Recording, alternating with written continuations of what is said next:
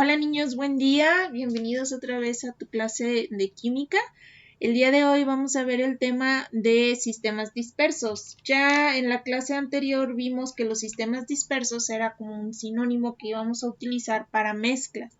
Dentro de la clasificación de la materia veíamos sustancias puras, elementos compuestos y en lugar de ver mezclas, vamos a ver lo que son sistemas dispersos y quedamos que lo íbamos a estudiar a partir de dos puntos. El primero era por el tamaño de sus componentes.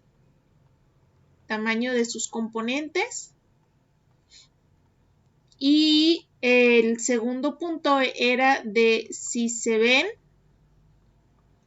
o no sus componentes. Entonces vamos a revisar cada uno de ellos. Primero que nada, los sistemas dispersos siempre van a estar formados por dos o más sustancias químicas y de ahí que puedan ser homogéneas o que puedan ser heterogéneas, ¿sale? Entonces, ¿de qué va a depender? De si se ven o no se ven los componentes que los tengan. Ahorita vamos a ver prácticamente estas dos características van como ya dentro a partir de que los empezamos a clasificar por el tamaño de sus componentes. Entonces, antes de entrar a ver el tamaño de los componentes de los sistemas dispersos, es importante, voy a hacer un poquito más de zoom, ahí está. Es importante que nosotros tengamos en mente o más bien conozcamos cuáles son las partes de estos sistemas dispersos. Entonces, bueno, cualquier sistema disperso va a estar formado por dos cosas, una fase dispersa y una fase dispersora. La fase dispersa es como el soluto que se le va a agregar a la fase dispersora. Tú siempre debes de tener en cuenta que la fase dispersa va dentro de la fase dispersora y que a su vez otro punto es que la mayoría de las veces la fase dispersa es la que se encuentra en menor cantidad y la fase dispersora es la que se encuentra en mayor cantidad, ¿sale? Es como si yo tuviera agua y sal, un ejemplo, o como si tuviera azúcar y café. La que se encuentra en menor cantidad va a ser mi fase dispersa y la que se encuentra en mayor cantidad va a ser la fase dispersora, que es en donde va a andar nadando mi fase dispersa. A partir de que ya conocemos estos dos componentes de los sistemas dispersos que tú tienes que tener en mente, fase dispersa, fase dispersora, vamos a ver cuántos tipos de sistemas dispersos existen. Entonces vamos a bajar un poquito esto. Ahí estamos. Dice, en base a lo anterior podemos clasificar a los sistemas dispersos en tres tipos. Entonces, mi primer tipo es la solución. Si tú puedes observar, la fase dispersa está muy chiquitita. La principal característica o las características de la solución es que la fase dispersa es menor a un nanómetro. El que sea menor a un nanómetro se le conoce que tiene el tamaño o que tiene tamaño molecular, es decir, muy muy chiquito, no lo podemos ver a simple vista, tenemos que utilizar un microscopio. Entonces la fase dispersa es menor a un nanómetro, es muy chiquita. Otra característica es que es homogéneo, es decir, que no se ven sus componentes, no se ven sus componentes. Y otra característica es que no sedimenta y aparte no se va a separar por filtración. Un ejemplo de una solución es si yo pongo en un litro de agua alcohol. Entonces yo voy a tener una solución en donde yo no puedo percibir en dónde está el agua y en dónde está el alcohol. O si pongo a lo mejor una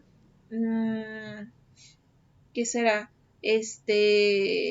Si en un costal de azúcar yo le pongo poquita sal, no voy a poder ver a simple vista dónde está la sal y dónde está el azúcar porque todo se ve exactamente igual, ¿sale? quiero que empecemos a quitar a partir de este tema que la solución solamente puede ser para líquidos o puede ser para líquido y sólido. Tú puedes formar solución con dos sólidos, tú puedes formar una solución con dos líquidos o incluso con dos gases. Por ejemplo, lo que se ve en el aire, pues sabemos que es una mezcla de gases que no podemos distinguir a lo mejor dónde está el nitrógeno, dónde está el oxígeno, dónde está el dióxido de carbono. Nosotros lo vemos exactamente igual y es más, a simple vista ni siquiera lo podemos ver.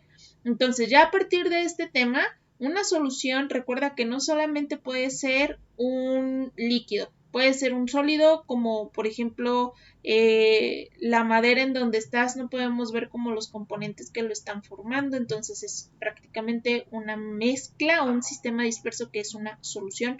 ¿Por qué? Es homogéneo y bueno, ya de manera general no sedimenta y no se separa por filtración.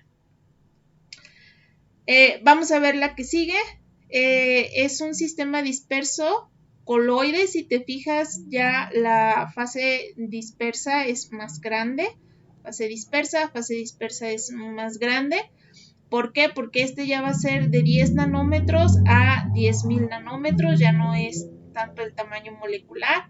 Este es importante que es homogéneo solamente al ojo humano, pero cuando yo lo veo en microscopio va a ser heterogéneo y este no sedimenta y tampoco no se separa por filtración. Un coloide de los más característicos puede ser el refresco, puede ser la mayonesa, puede ser una neblina. Ya el coloide, cuando lo veamos como más a fondo, tiene otras características para nosotros poderlo distinguir, pero bueno, eso lo vamos a ir viendo ya en los siguientes temas. Ahorita nada más es la introducción para que tú conozcas los tres principales sistemas dispersos que existen.